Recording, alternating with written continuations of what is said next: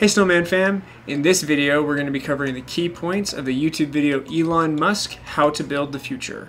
I love to sit down, or stand up, as it is a standing desk, with a beer and educate myself by learning from others' entrepreneurial journeys. The problem with that is after working 60 plus hours a week, I don't have time or energy to sit down and consume long format videos. Does this sound familiar?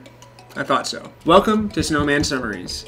I am Noah Mittman. I am a full-time filmmaker and entrepreneur. I'm here to give you the key points that have helped me in my entrepreneurial journey. Cheers. On this episode of Snowman Summaries, why Combinator sat down with Elon Musk to talk about his vision of the future. These are my key takeaways. Be useful to society, but don't worry about changing the world. If your idea does a small amount of good for a large amount of people, or having something that has a big difference but affects a sort of small to moderate number of people, you're on the right track. Stuff doesn't need to change the world just to be good. The integration of AI, or artificial intelligence, is coming, and we need to make sure that it has a positive outcome. To Elon, a positive outcome would be the democratization of AI technology. This means that no single company or small group of people has complete control over it. On the other hand, a negative outcome would be a person or a government with sinister intentions that takes control of it. We must have democratization of AI technology and make it widely available, and that's the reason that obviously created OpenAI. Genetic reprogramming to fix diseases is important. If you can prevent dementia or Alzheimer's or something like that, with genetic reprogramming, that would be wonderful. Solving bandwidth constraints between humans and technology to keep up with AI is important, aka becoming cyborgs. To be useful today, most people do not need a PhD. Technology doesn't automatically get better every year. It only gets better if smart people work like crazy to make it better. In fact, technology will decline if it's not worked on consistently. Despite what everybody thinks, Elon feels fear very strongly. It's not as though I just have the absence of fear. I feel it quite strongly. But there are just times when something is important enough, you believe in it enough, that you do it in spite of the fear.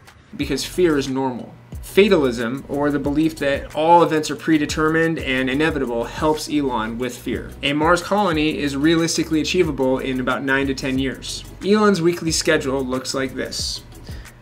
Half of his week is at Tesla, half of the week is at SpaceX, half a day at OpenAI. Almost all my time, like 80% of it is spent on engineering and design. Both the rockets and cars, and of the factories themselves for those companies. It's like at SpaceX, Gwynne Shotwell is Chief Operating Officer. She kind of manages legal, finance, sales, and kind of general business activity. And then my time is almost entirely with the engineering team, working on improving the Falcon 9 and the Dragon spacecraft, and developing the Mars colonial architecture. And he spends half a day a week on the look and feel of his products.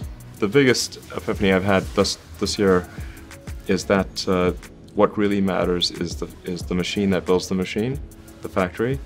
Because a lot of his factories are run by robots.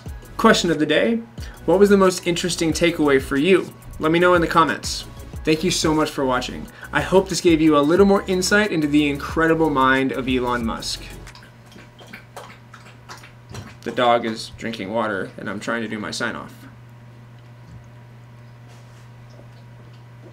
Oh, you done? Cool, thanks. Please consider subscribing and ring that bell to get notified for our weekly videos. See you next time.